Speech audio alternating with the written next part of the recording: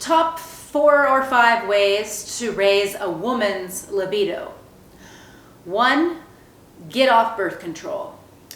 I got off birth control at age 30 and then actually went celibate for a few years, and it was great. I was in touch with my cycles, my hormones, and it just got me back in touch with my libido. Number 2, opt out of hookup culture. And that means opting out of obligation sex, opting out of the whole idea that sex is anything but sacred.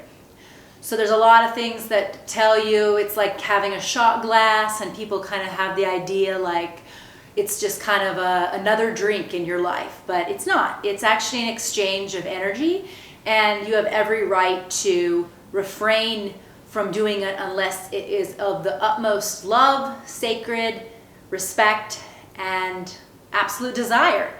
Because the truth is a lot of reasons we have low libido is from participating in continuous obligation sex, because we've had people push, cajole, guilt trip, or make us feel bad for not having sex. People will say, oh, I have blue balls. Oh, you're so sexy and I love you and I want you. What, you gotta give it to me. Or, oh, I just really need this. And we get cajoled, and that doesn't raise our libido over time because we're resentful and we're full of regret. And also, coercive sex can also lead to our overall libido going down because our nervous system is bracing itself. It is numbing, disassociating, clenching, contracting and responding to pushing, prodding, poking. That's not going to help a libido. A libido is feeling the best when somebody can take no and builds up enough trust and comfort and desire to make you say yes, but not in an agenda way, because that's another thing. When we feel as though we are only being massaged or eaten out as a means to an end because they want to get that, they want to get to that penetration, train in the tunnel, that doesn't feel good in our libido either. For more help on this, read Come As You Are. Read Hidden Pleasures, or Hidden Pleasures. Anyway, next one, read Erotica. Reading Erotica really improves your libido because you realize that all your fantasies are not only not weird, but all too common. And that's because erotica is written for women. It's written for women's libidos. What is the most common character you see in erotica? It's an orange cat. No. The most common character you see in erotica is a man that has sexual discipline, sexual self-control. Why is that so hot to a woman? Because then we're not having obligation sex.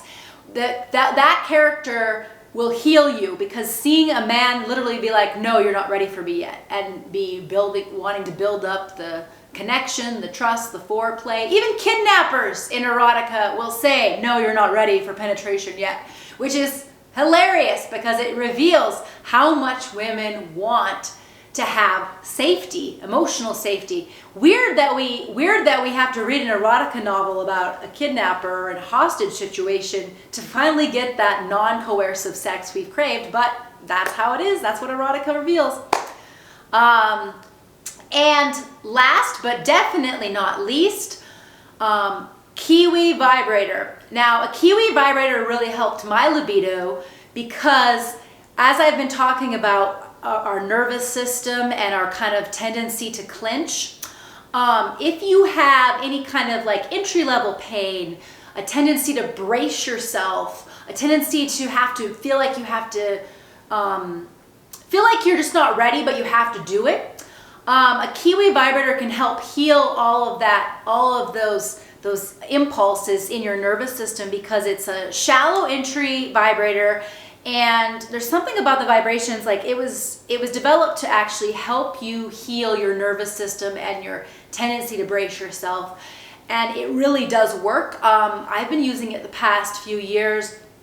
It really has, like, it's like reprogrammed me to not have that kind of brace for impact, but to just feel, to relax, to not contract. So I highly recommend it. These things all do increase your libido. And notice, I didn't mention, like, people like to focus on this physical thing. They like to focus on like taking this supplement or doing that. But the truth is it's about healing your emotions and nervous system around bad experiences, scary experiences, and giving yourself time. Time and emotional safety are so important. So I hope this was helpful.